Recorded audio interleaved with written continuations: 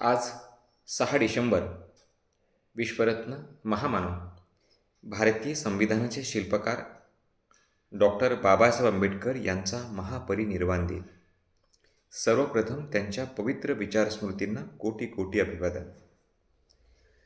14 April 1891ला मध्य प्रदेशातील महू या लष्करी छावणीत बाबासाहेबांचा जन्म झाला आणि 6 डिसेंबर 1956ला दिल्ली येथे बाबासाहेबांचे निधन झाले.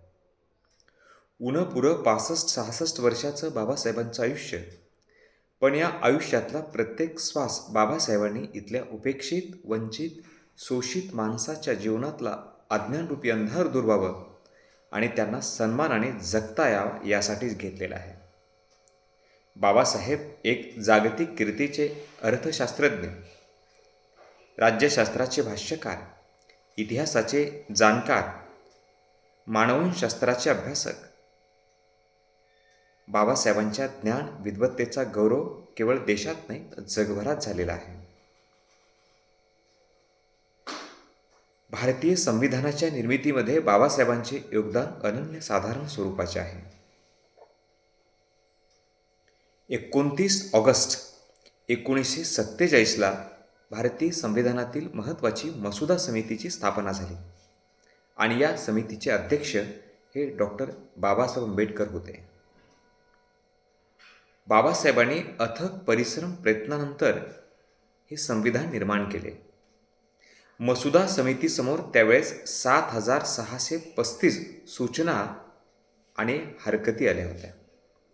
या प्रत्येक गोष्टीवर अत्यंत अभ्यासपूर्ण विवेचन हे बाबासाहेबांनी करून त्या अंतर्भूत केल्या आणि म्हणूनच बाबासाहेबांना भारतीय संविधानाचे शिल्पकार असं म्हटलं जातं.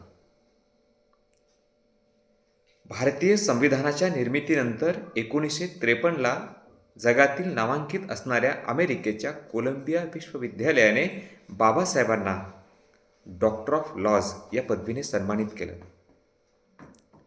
The framer of Indian constitution and the greatest social reformer and statement of modern India अशा स्वरूपाचा गौरव बाबासाहेबांचा कोलंबिया विश्वविद्यालयाने केला. इथल्या शोषित अस्पृश्य माणसाला सन्मानाचा हक्क अधिकार हा मिळावा यासाठी बाबासाहेबांनी भारतीय संविधानात अतिशय महत्त्वाच्या गोष्टीची तरतूद केल्याचं आपल्या सर्वांच्या निदर्शनात येतं आणि म्हणूनच बाबासाहेबांना भारतीय संविधानाचे शिल्पकार असं म्हटलं जातं. जगातल्या असंख्य विद्यापीठामध्ये बाबासाहेबांचा गौरव chief architect of Indian constitution असा केला जातो आणि हा विषय अभ्यासक्रमात शिकवला जातो. भावांनो आणि बहिणींनो, बाबासाहेबांना अभिवादन करत असताना आपण एक गोष्ट कायम लक्षात घेतली पाहिजे की इथला शेतकरी, कष्टकरी, श्रमकरी, कामगार, महिला, अस्पृश्य या सर्व घटकाच्या उद्धारासाठी बाबासाहेबांनी आयुष्याच्या शेवटच्या श्वासापर्यंत काम केलेलं आहे आणि म्हणून त्यांचे ऋण इथल्या उपेक्षित, दलित, पददलित आणि सर्वच घटकावरती कायम स्वरूपाचे आहे.